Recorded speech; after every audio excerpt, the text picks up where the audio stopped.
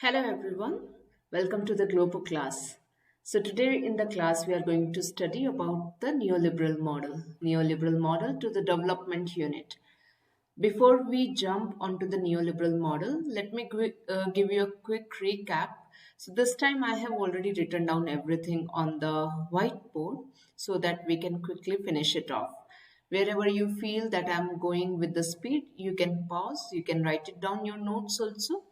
So we started this development theories first with the modernization theory, which was given in 1950s by Rostow's five stages of growth, right? Five stages of development.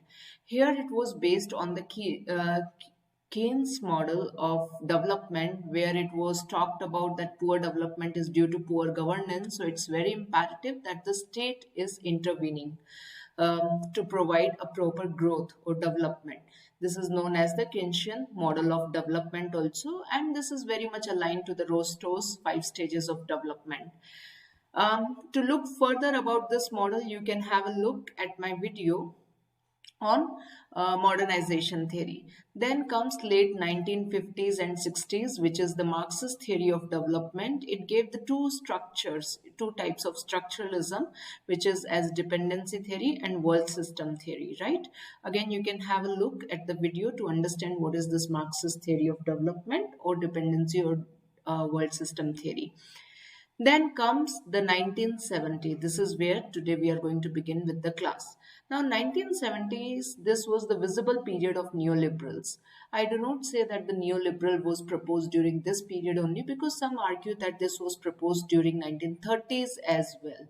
But this was the time when lots of global economy facing the turmoil. All right, it was facing recession because of the oil prices which were shooting up, and this was the period when the Keynes economy was also facing the downturn. What was the Keynes economy? As I said earlier, the intervention by the state in the global economy, or in the nation's economy. So countries started suggesting, theorists started suggesting that uh, there should be laissez-faire, there should be invisible hand of the government should not intervene, government should let the companies, let the economy be free. Who were they? They were the Milton Friedman and his colleagues at the Chicago University, which is also known as the Chicago Boys, right?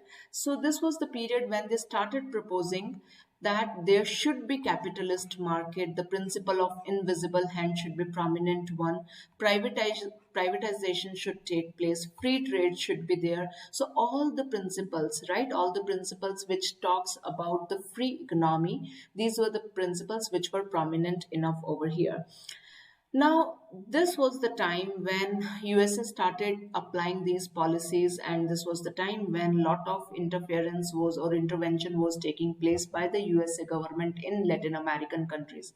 One of the example is of Chile's Pinochet, right? This regime uh, was brought by the support of USA, and Pinochet ruled from 1973 to 1990, and lots of human right violation took place. This is also known as the bloody war of the development also, right? So this is one of the example that how this theory was implemented.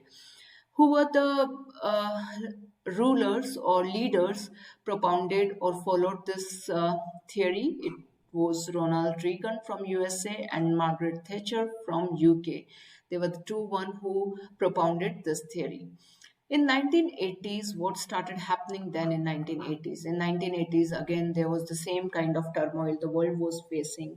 And developing countries, they were becoming more poorer. It was imperative to provide them the loan debt, and IMF and World Bank, these two financial institutions, they came up and they started providing the loans through structural adjustment program. As the name suggests, structural. So that means it's very important that government or a country is doing a kind of structural adjustment thing through Washington Consensus. Okay, what is this Washington Consensus? So these were the 10 set rules which were proposed that if a country wants to develop, if a country wants to take the loan, then this country should obey the 10 rules, right? So structural adjustment program, which was proposed by IMF, World Bank, financial institutions, it was proposed through Washington Consensus that in case if a country needs or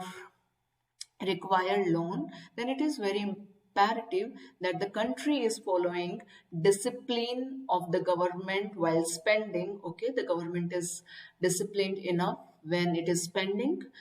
Tax reforms are taking place, trade liberalization taking place, privatization is there, deregulation is there, property rights are there. These are the few out of the 10 rules. Apart this one, they were the rule of the law, democracy, they were the democratic theorist, right?